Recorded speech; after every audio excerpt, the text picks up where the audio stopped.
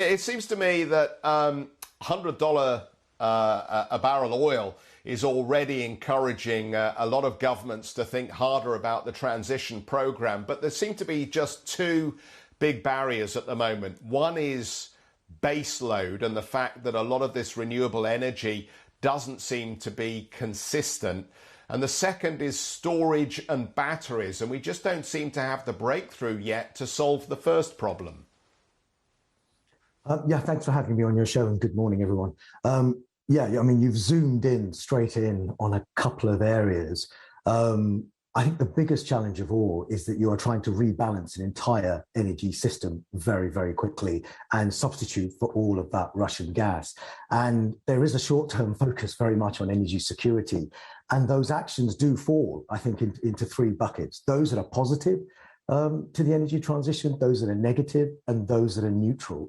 And I think it's important to recognize that the positive trend is really the one that we can see the net effect. And that's around on the demand side, you're seeing a request for nudging consumer behavior to consume less. You're seeing focus on energy efficiency around insulation of houses, but you're also seeing a much greater focus of build out of renewables for low carbon sources and nuclear. But you are quite right. At the same time, Europe is having to substitute for that Russian gas. So you are seeing a positive impact on other forms of oil and gas, whether that's liquefied natural gas from far away, in which shipments are arriving, but also around increasing gas from the pipelines, the other pipelines that come into Europe, from Norway, from Algeria, and from Azerbaijan, but also domestic oil and gas is forecast to go up by 12% by 2030. So you are seeing a basket of responses, some of which are positive, some of which are negative, and some of which are neutral.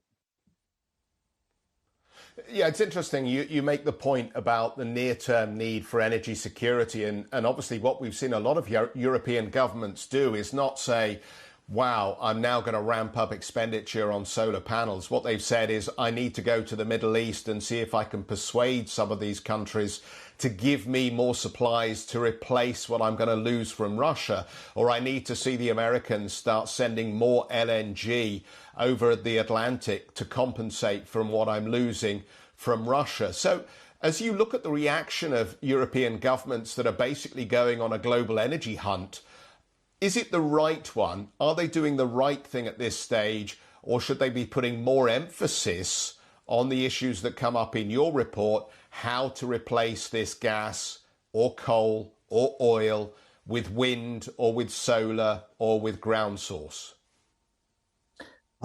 That's a great question. I think you have to look at timescales and immediate impact.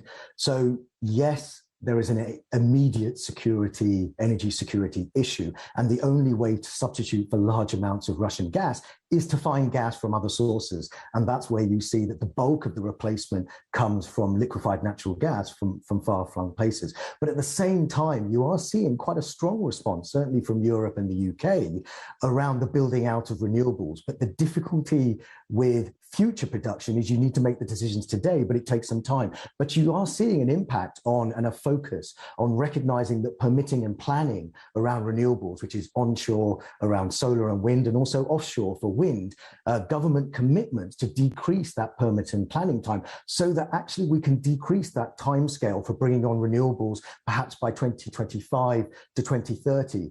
But those will have a medium-term impact. And you're also seeing actions around nuclear. But again, the nuclear planning and new plants will be the end of the decade.